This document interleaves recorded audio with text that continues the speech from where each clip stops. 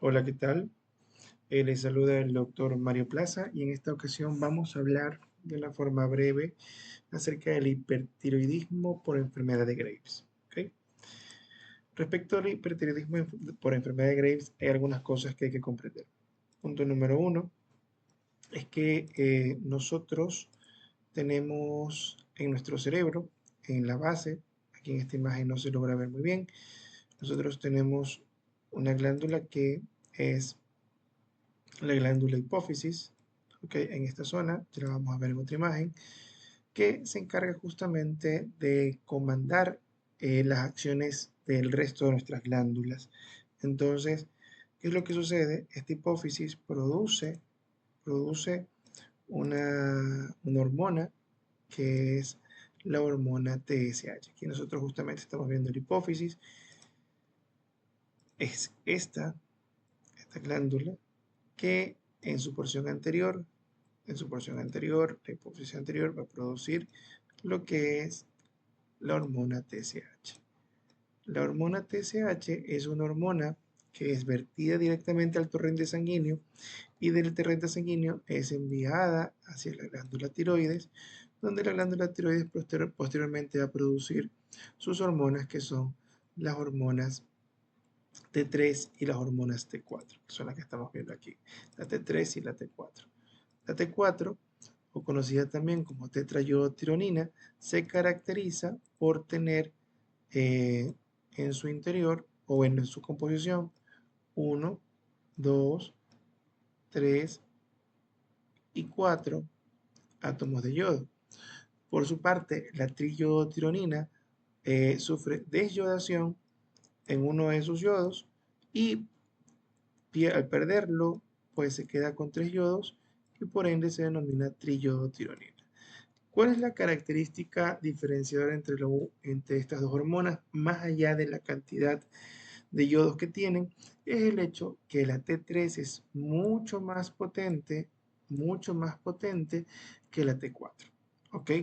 Y que la T4 se produce primordialmente a nivel de la tiroides, es decir, casi un 90% de la hormona producida, perdón, 90% de la hormona producida por la glándula tiroides es T4 y un 10% aproximadamente es T3.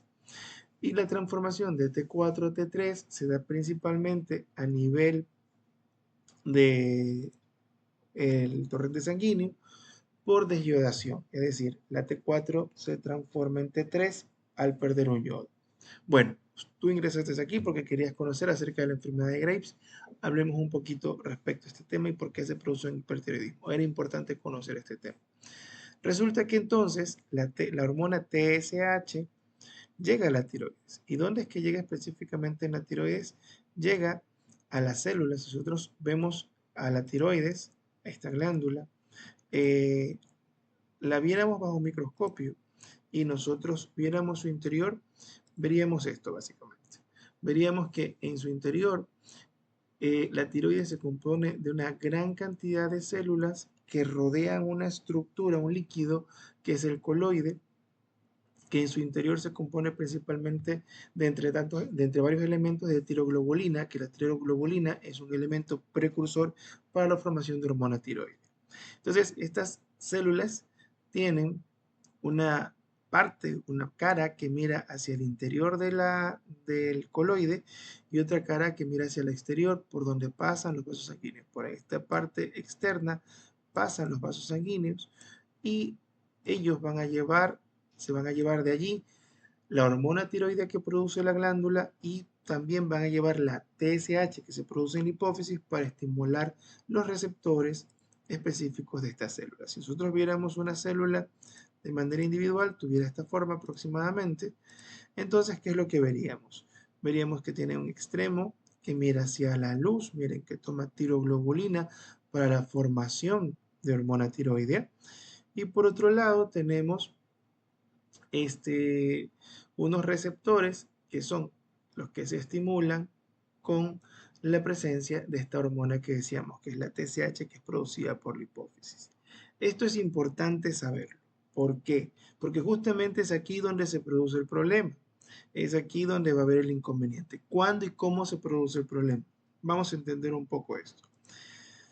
Resulta que nuestro cuerpo, cuando es expuesto a agentes infecciosos como son los virus, este va a encargarse de eliminar estos elementos a través de la producción de unas estructuras llamadas anticuerpos.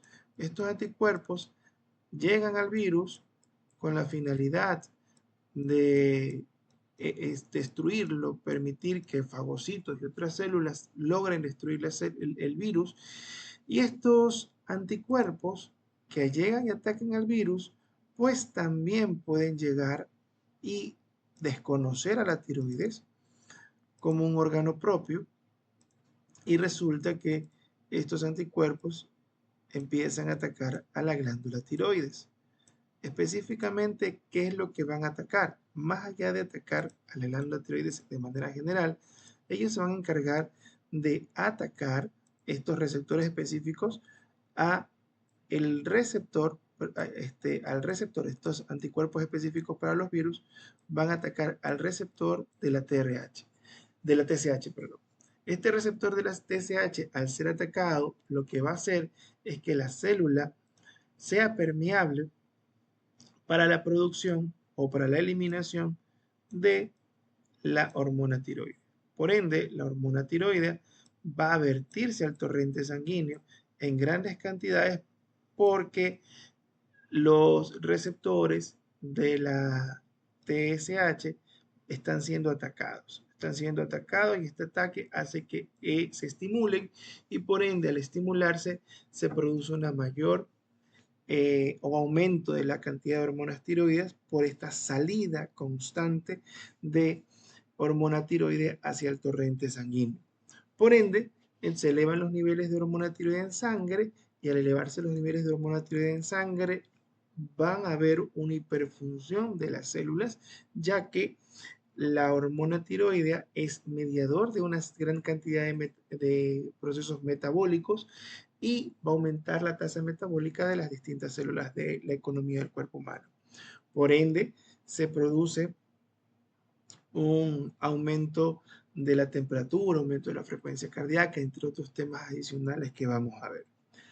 Para nosotros poder tratar esta enfermedad, nosotros tratamos esta enfermedad con un grupo de medicamentos que se llaman medicamentos antitiroideos, que lo que van a hacer o van a buscar es a suprimir la producción de hormona tiroidea o disminuir la producción de hormona tiroidea con la finalidad de que los niveles de hormona tiroidea en sangre decaigan, disminuyan y de esta manera pues no haya esta afectación que estaba existiendo. Entonces, de esta manera nosotros controlaríamos. Si por algún motivo los medicamentos antitiroideos no fuesen efectivos, tenemos el primer paso, tratamiento farmacológico.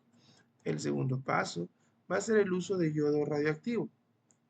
Yodo radioactivo. El yodo radioactivo, el paciente lo va a ingerir y después de la ingesta, este yodo va a ser captado por la glándula, lo que va a hacer que esta posteriormente sea destruida. ¿Por qué? Porque el yodo, la glándula tiroides, a captar principalmente ese yodo, va a hacer que este yodo, al liberar estos iones van a destruir a la célula y por ende va a disminuir la producción de hormona tiroides de manera permanente.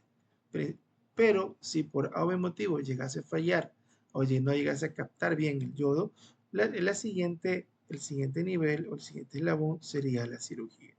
El tratamiento quirúrgico consistiría en la erradicación de la glándula con la finalidad de evitar que este tipo de síntomas pues se presenten nuevamente. Entonces lo que hace el cirujano es eliminar la glándula y eliminando la glándula pues se eliminaría en teoría el problema. Básicamente esto es lo que tenía para ustedes para hablar el día de hoy acerca del hipertiroidismo por enfermedad de Graves. Visiten el canal del Dr. Plaza con la finalidad de que se puedan instruir con mayor información de carácter médico.